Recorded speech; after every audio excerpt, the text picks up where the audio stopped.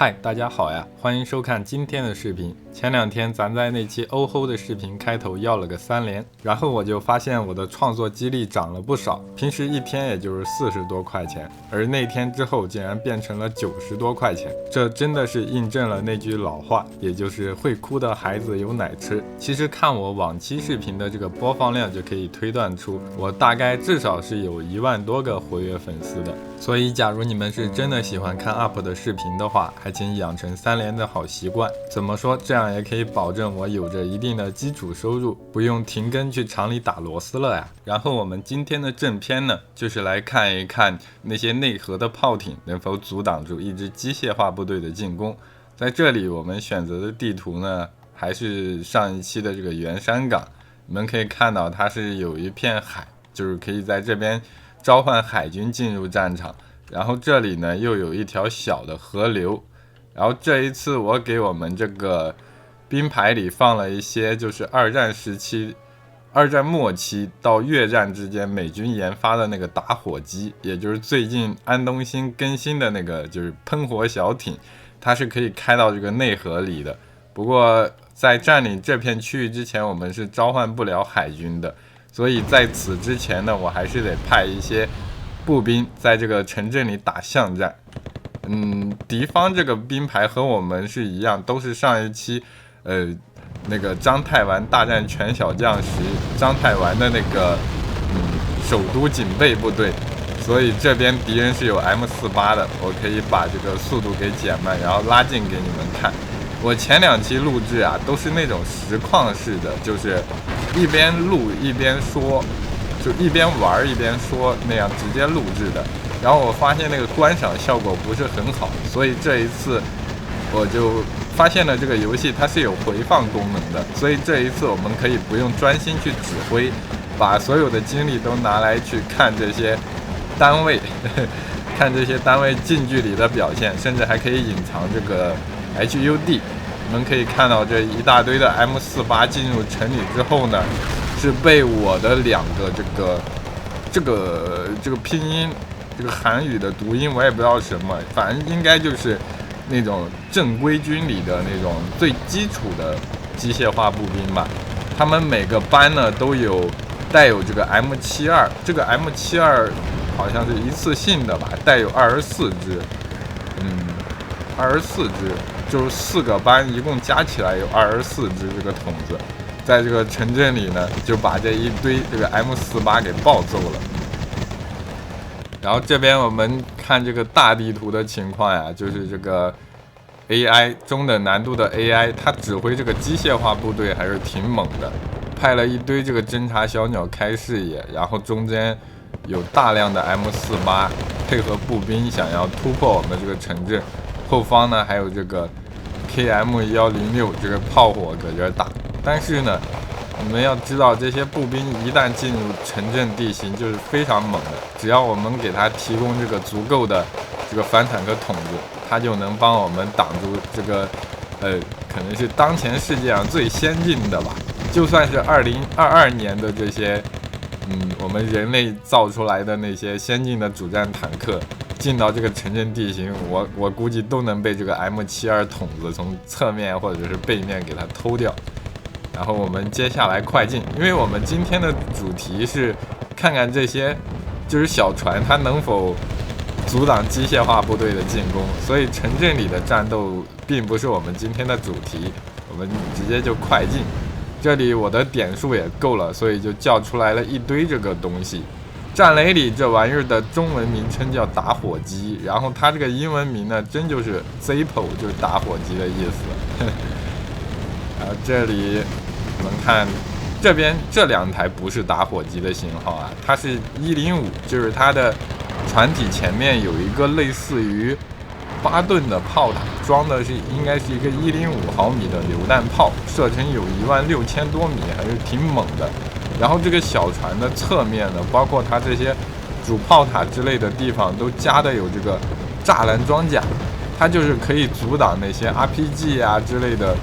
破甲弹的弹头，如果打上面会被卡住。所以我今天就突然想看看，就是派一些这些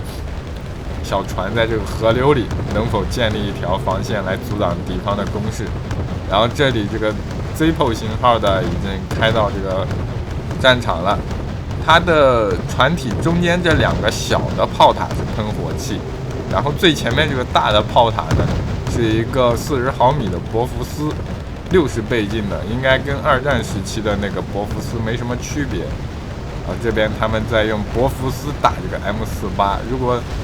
打击侧面或者是背面的话，应该也是能打穿的。好，这里可以看到一大堆的这个打火机，用他们的这个博福斯主炮成功的帮我们城镇的步兵消灭了这些侧翼的 M48， 然后再快进一下。这边其实看整个大战场的局势呢，就是这个 AI 它叫了好多兵，它是非常聪明的，不像我们人类啊。这个游戏里 AI 的单位，它每个单位都在独立的行动，就是你像我们人类去指挥这些单位，只能一次性指挥一个单位，然后这些 AI 的所有单位都是在同步的往前移动，所以跟 AI 打其实还是挺难的。如果我们不采用什么空降部队绕后之类的方法，就跟 AI 直接这样正面对线还是挺难的。然后这里我还叫出来了2艘很怪的小船啊！我记得之前有一个电影，就是这个两边的海军对打，然后另一边的海军那个船上是 T3485的炮塔，然后把这边的海军给吊打。然后这艘船的主炮也是一个博福斯40毫米的60倍镜博福斯，然后它的后面带了2个这个加特林20毫米的，这个东西应该是用来防空的，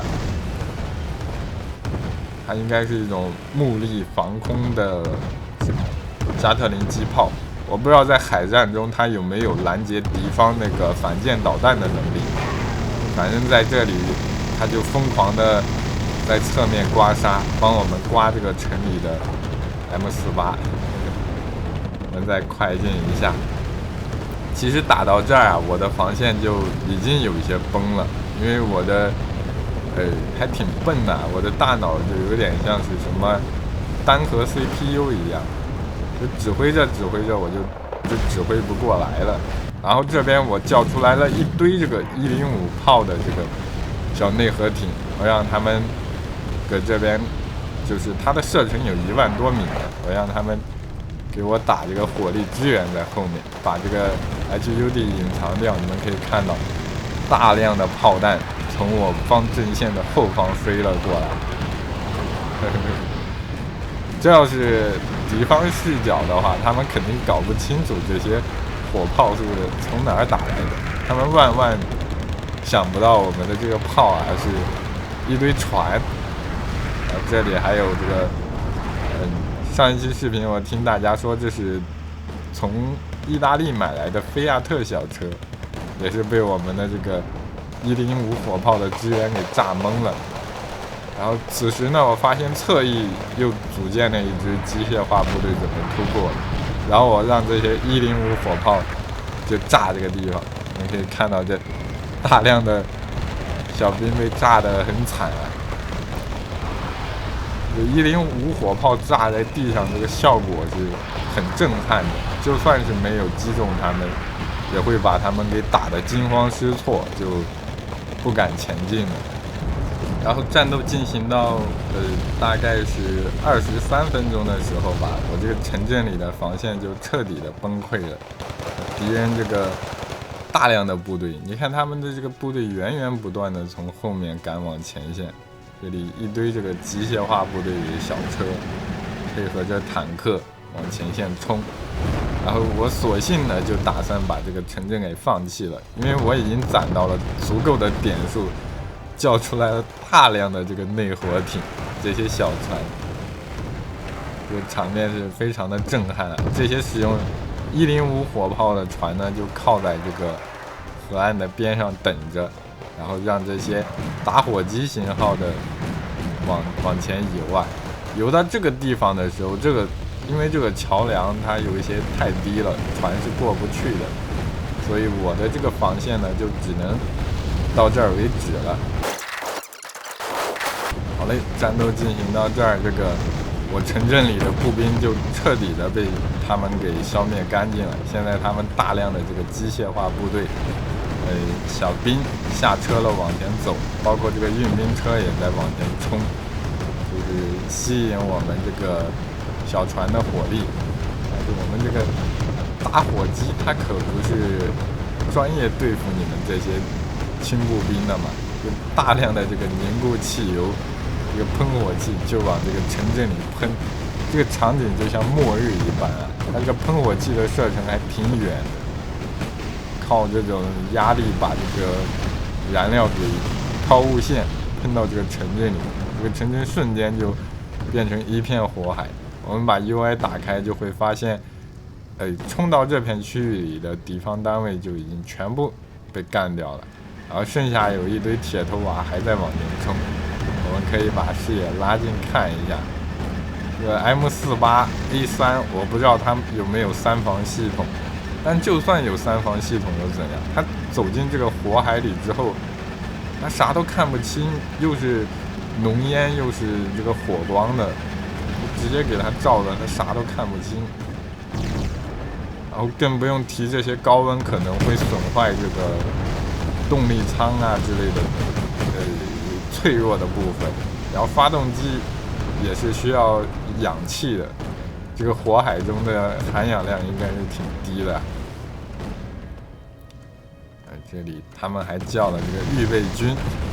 预备军就是我上一期提到过的这些小兵，就是炮灰，拿的是 M14还有超级巴祖卡，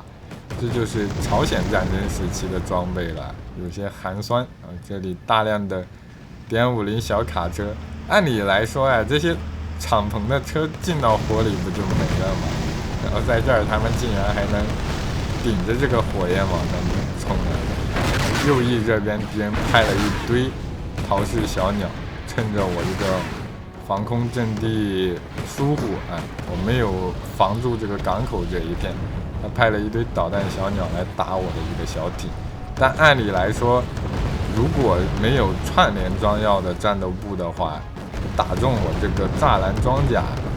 应该也是造成不了太大威力的。不过在这边他还是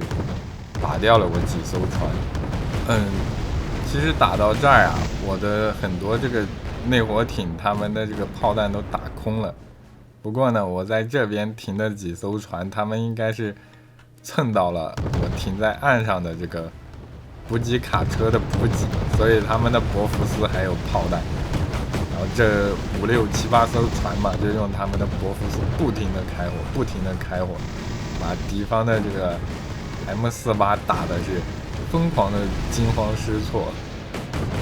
这个游戏的单位在惊慌失措的时候，他们的表现是很差的，甚至会就是站在原地不动，也不敢移动，也不敢开火还击，就完全就相当于是被控制住了，懵了一样的一个状态。这里有一小部分敌方的预备军步兵